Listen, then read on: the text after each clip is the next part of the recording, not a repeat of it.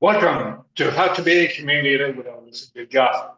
We're here to chat about humane leadership in a way that's real and relatable, tackling work life challenges and offering practical advice to navigate tough decisions.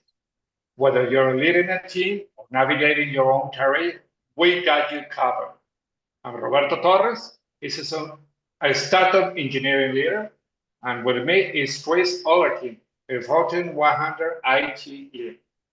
We'll dive into the real world stuff, share experiences, and offer guidance on leading with compassion while keeping your career on track. Today, we will discuss how does a humane leader help a friend who has been dodged. Hi, Chris.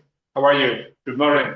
Good morning, Roberto, and I hope you're doing well. And Doge, while an American term for Department of Government Efficiency, it's kind of spreading to other companies too, not just governments, right? Where they decide due to efficiency they're gonna get rid of a whole department or maybe a whole location. I'm in Tennessee. Your company may just decide we're closing down our Tennessee facility and everybody gets eliminated. And so I was thinking about how, as a humane leader, do I help friends who get doged or, they're, even though there may be a top performer at their location, the whole location gets shut down. So now how do you help that top performer get past their grief?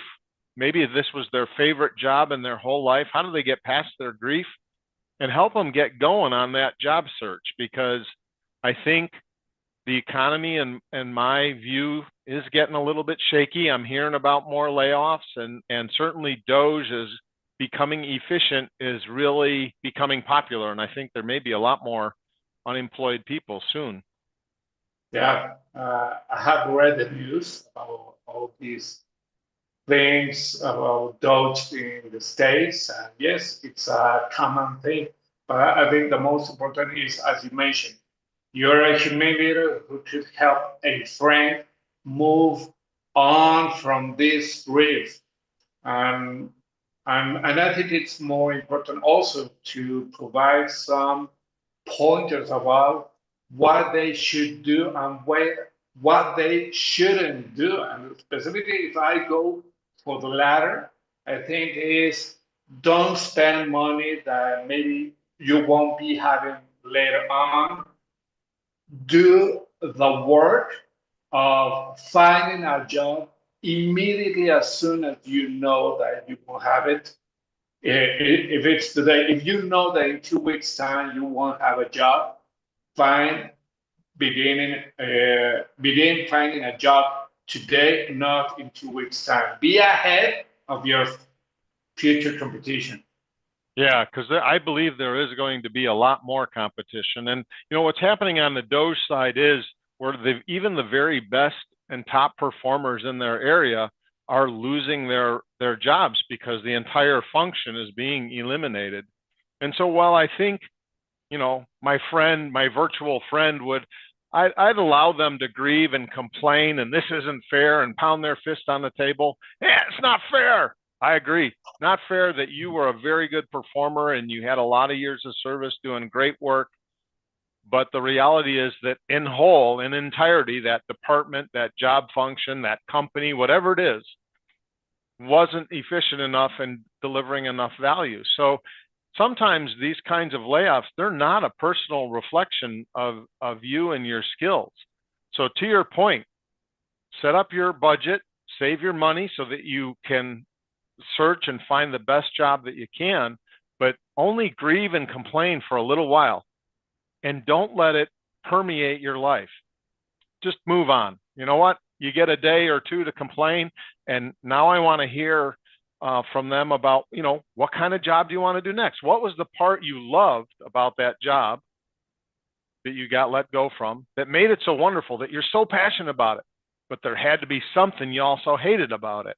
So what were those things, and how can we find another company, another role someplace else that has more of the things you loved and less of the things you hated? Get them focused on that kind of thinking, and it's a more positive way to approach it. Look, nobody likes losing their job. It's awful. It, it disrupts your family life. It impacts you financially. It emotionally is bad.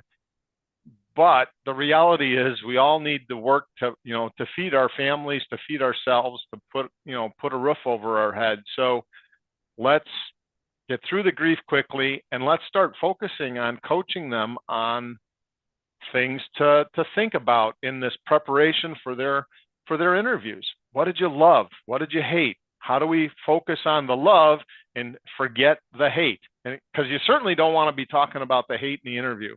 I actually have interviewed people where they spent probably their first 5-10 minutes of the introduction complaining about the place they came from. I mean, I still complain about the place I came from with some of my fellow insiders, but not in an interview, right? It's just, us having coffee talking about crazy things that happened in our lives. That's totally different than going to an interview. Instead, that interview, you should talk about the passion you had at that previous role and the things you loved, and you're looking for a job that can capitalize on those great skills you polished doing the things you love.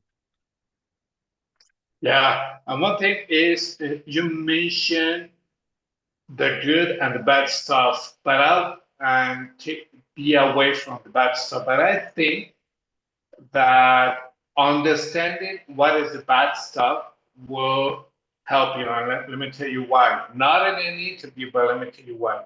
I have a list that says what attracts me from my company, and I have 10 different points of that. Competitive salary, appealing perks, continuous learning opportunity, etc. I have something that is related to me. I have also what drives me away, a list of 10 bad stuff that drives me away from a company. A team that holds others back instead of contributing to success, conformity mentality, toxic management is something that I want to avoid.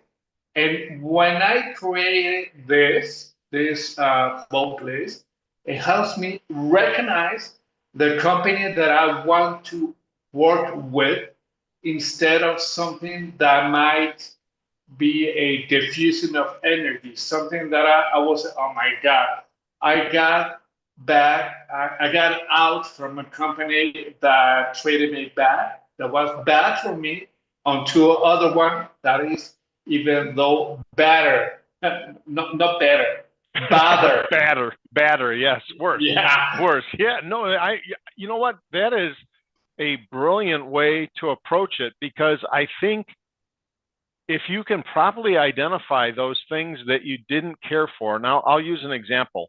Let's suppose you were working for a company that was in the airline industry or aircraft. There's tons of regulations. Like, you can't change a screw without filing paperwork and doing all kinds of stuff about what the screw does versus the bolt versus the tool you use to undo the screw. It's just regulations like crazy. Well, if that's the kind of thing that drove you nuts, and you'd rather be working someplace where you could innovate and come up with ways that, hey, you know what, this shouldn't be a screw, this should be a bolt,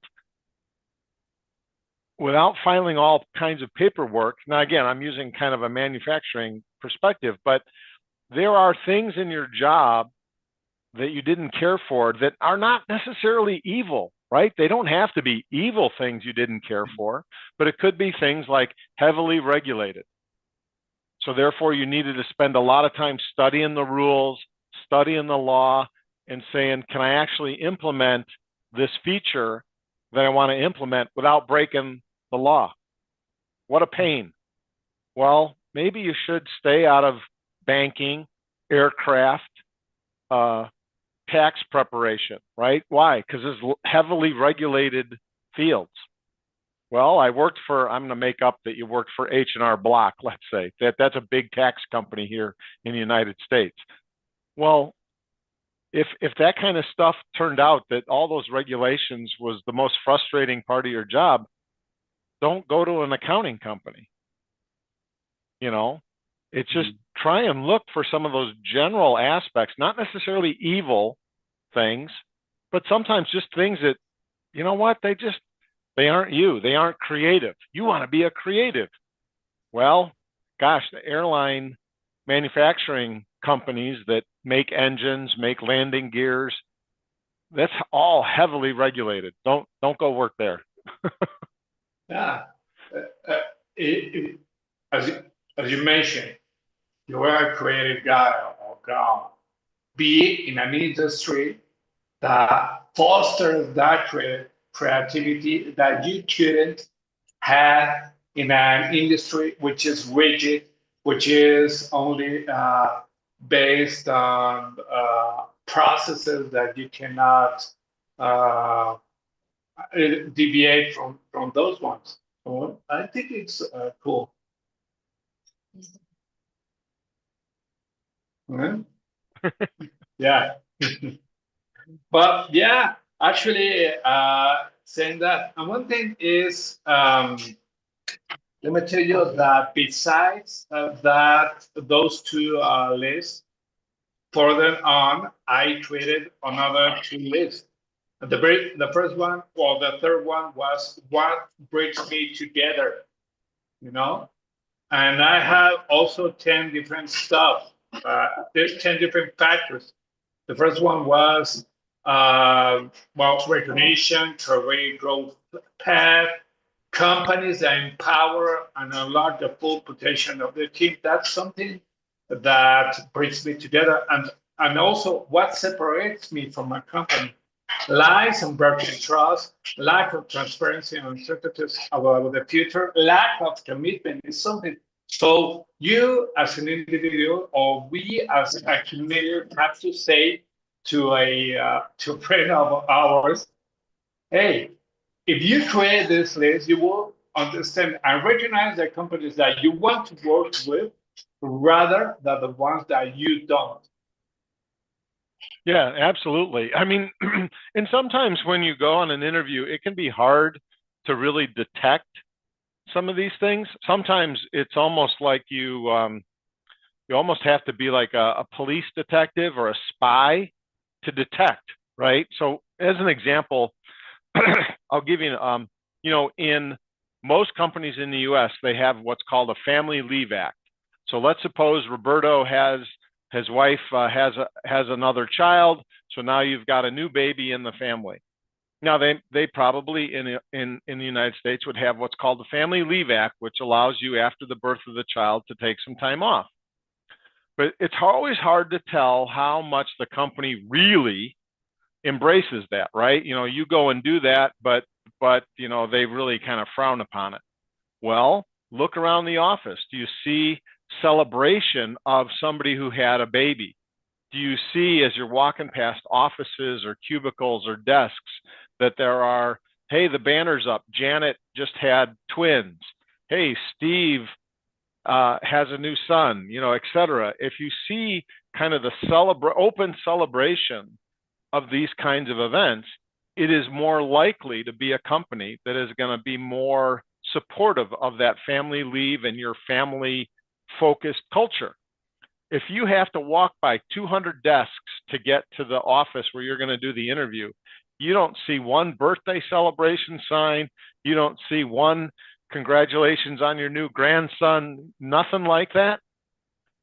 It's very likely that that company is not super family friendly. It's not conclusive evidence.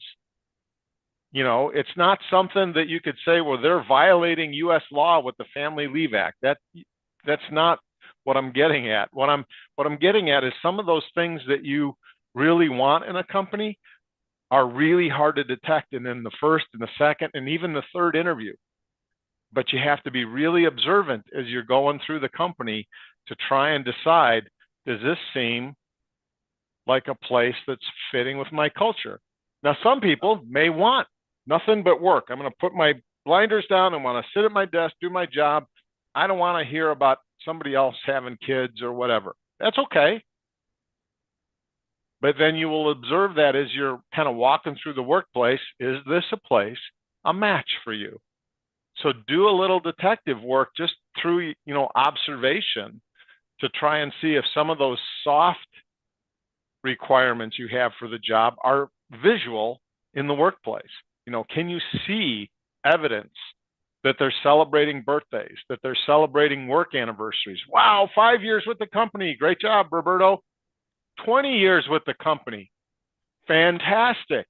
If they have a 25-year club where people who've worked for the company for 25 years get a watch and a special dinner every year, there's a company where a lot of people are staying, and it's usually not because they have a terrible culture or they don't like their employees or they treat their employees with disrespect. A company that can have a large 25-year club means people stick around. Yeah, yeah. Companies that brag about that culture are the ones that you should aim for if those factors are the ones that you want to work. No, so let me tell you about a company that we have been, and they do that. It is Costco. Costco, but they do that. You see in front of the cashiers, the, you see a lot of pictures that says all the recognition of the employees that they go month by month and by year. If you see a tag of any employee, it will say 1 year, 2 years, training, 10 years, 20 years. That is something that you should see rather than going maybe to a website. And when I go to Costco, which is often, I say I will want to work at this company because they treat people differently, and you could see it, man. You could see how people are not neither sad nor stressed. They feel happy, and when you talk to customer service, they provide you with an answer. They have proficiency. uh, that is the culture that I'm looking for. If you go to their website, yes, they see products, etc., but they brag about their culture. If you're going to try and find out about a company, you look at the website and it doesn't say something about the culture, that might not be the one that you're looking for. Well, and again, to my point, look for proof, Oh, because I've yeah. So, certainly seen a lot of companies that put a lot on their websites, but in reality, do it very poorly. I'll give you an example. A website, where they say they have unlimited vacation time, oh, yeah. unlimited vacation. And I knew of many instances where people with 20 years couldn't get 2 weeks off, 20 years of service, and couldn't get 2 weeks off because their leadership thought they should have a substitute cover their job for them while they were out, even though these were professional roles. And I'm like, you got to be kidding me. That's not what the company policy says. Yeah, but that's how my boss is implementing it. So obviously that department had a lot of people very unhappy and a lot of people moving out of that department to other areas of the company because of the inappropriate use of what seems to be a good thing. So I think it's like President Reagan in the United States said, trust, but verify. Costco says, we got a great company culture. And then you go in there and you observe and you say, I think I believe them. In another interview, you might interview someplace else and they say, we got a great company culture.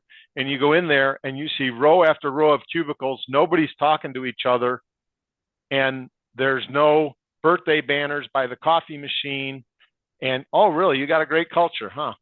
All I see on your bulletin board by the coffee machine is official company posters that say, work harder, meet this quarter's quota, which are important things. But if there's no personal messages too, might not be a great company to work for. Yeah, true, totally true. And I think that you could become a for only the companies that you want to work and you want to verify, trust but verify as mentioned, be a mystery shop.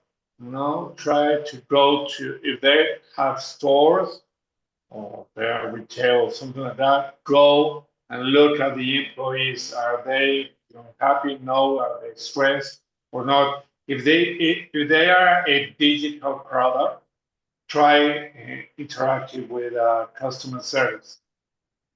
Hey, and even though you might not see a person behind the computer, you could see in the way they answer that question. You might be behaving like someone that I don't understand what's going on, like an old people, old person. Oh, I don't know Hey, I what's am an going. old person. I am an old person. You. You ain't. You ain't because you're 60 years old and you're much younger than many people who are younger. I'm But 60. I'm 61 now. 61. what I just passed my birthday a couple days ago. I forgot, man, I'm sorry. I'm old. You're the one who forgot. I'm the one who's old, and you're the one with the bad memory. Okay, but let's stick to the podcast. Okay, but no, no, no. What I'm trying to say is try to mystery shopper enough to Yes, try to yes. find out if that is the place. Otherwise, you'll be sticking going from a bad place to a better place to a better place. So people Yeah. don't want to be there. Yep. You'll go from being Doge to feeling like a dog and getting kicked. No, so that's not the thing. And I understand. I think that one thing that we as a humane leaders to talk to our friend about, which was a top performer, is hey, you were a top performer before at that company. You could be right now a top performer at the job that you will have of finding a new job. Be structured, be logic, you did an amazing uh, thing with numbers. Try to find out companies who have your same culture, mindset, values. But most important thing is if you cannot find a job soon, be a mentor towards someone who might. And let me give you an example of something that I read yesterday. Uh, let's say that you go for an interview at a company and they decide not to go with you and go with a younger person. Okay, go to that managers of that position and say, hey, I will, you will try to sell that person a number of hours to guide this young manager to do their job. You have the experience, but maybe they will say, okay, yes, this guy is 20, 30 years younger, but he might require some leave, and you might provide selling that consultancy, and that is money that you haven't thought about that, but it will bring you just to yourself. Yeah, I mean, you do have to, considering age, talking about age, as more senior members of the workforce that we are, we have a tendency to be more expensive, right? We have more experience, more skills, more training, more certifications. So, yeah, there may be times when the company says, look, we love you. You're our number one candidate, but the position we're hiring for can only pay half of what you would be willing to work for. And so, and there's no way I'm working for that, right? I'm not going to give up my time for half my value. So to your point, they might hire somebody instead of with 35 years of experience with 15 years of experience or 10 years of experience. So yeah, if you can work a deal where you coach them for a few weeks or a few months, whatever, and earn some side income, a side gig while you Uh-huh. continue your search, that's appropriate. The other thing is that realize even you may be the perfect fit for that role and it is in the right salary range, but sometimes they're just not going to pick you. Why? Because that's how life works. As a humane leader, we need to be a coach to our friends to say, look, life's not fair. I had a director, one of my early leadership roles, and he said, I need to call your mother right now. What's her phone number? And I'm like, what? Call my mom? And he's like, was she telling you life was fair? You know, He's joking. Life's not fair, so get over it. Because I don't know what I was complaining about, but something like, it shouldn't be like this, and it's like, yeah, sometimes bad things happen to good people, and as the humane leader, we need to be supportive to our friends or who are facing challenges. Be supportive, but also be very realistic in that. Look, sometimes life is just not fair in this Doge situation in the US right now.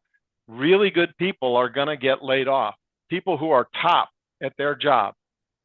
That's unfair. But unfortunately, they're wasting our tax dollars, so that's not fair either. And so they've lost their job, and I want to encourage them to assess their skills. Let's find you something new. Let's get you into a role where you're really going to excel again. And sometimes bad things happen to good people, but let's move forward. You got your day of complaining. Let me help you find something better. Let's do all the things that we've talked about. Get that quality of list of qualities of places you want to work. What are the list of things you absolutely don't want to do?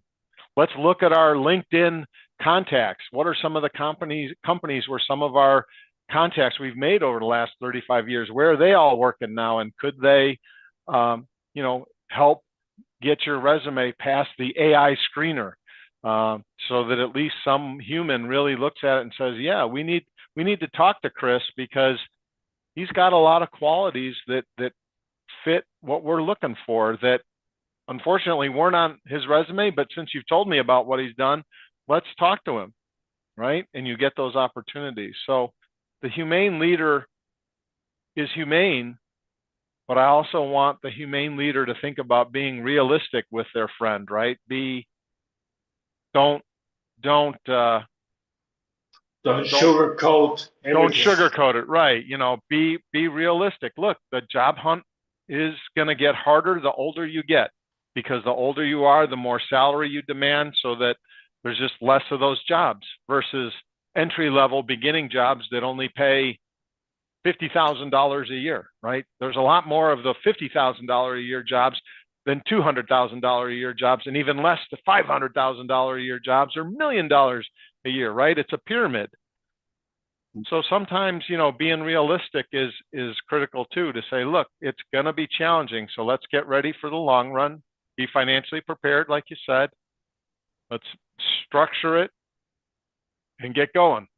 Let's get going. Resumes out there, start chasing interviews, start calling friends, calling business contacts. Let's get going. What have you done today? Yeah, true words, and I think that are those the words that a communicator will tell to a friend. In the end, we can only support our friends. We have constraints and we have boundaries that we cannot cross. But it's important for them to understand that the risk is okay for a little bit of time. You have to take control of yourself. Take what you can control, do it, and what you cannot control, let let it flow, but be aware that you have to work today, right now. As you mentioned in our previous podcast, your wife has to see you at 8 a.m.